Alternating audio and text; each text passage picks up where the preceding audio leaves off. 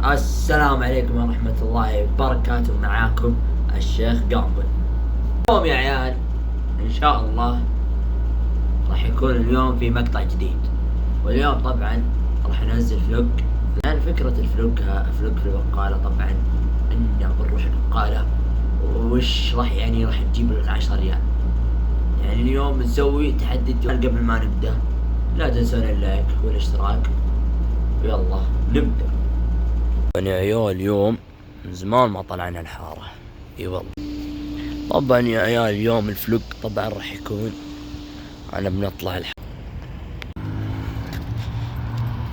الحين وصلنا البقالة، طبعا يا عيال الحين خلينا نشوف ايش راح تجيب 10 ريال. تاخذ لك واحد ديو بريالين ونص. ايوه طبعا انا احب الديو، بيبسي او اي مشروبات ثانية، مثلا واحد دوريتوس طبعا، صغير ابو ريال، زين طبعا لاني احب اللوز، واحد جالكسي كذا راح يطلع الحساب 8.5. خلصنا فلوق البقالة والحين نرجع البيت. طبعا تحدي التوفير، فلا تنسون اللايك والاشتراك، ويلا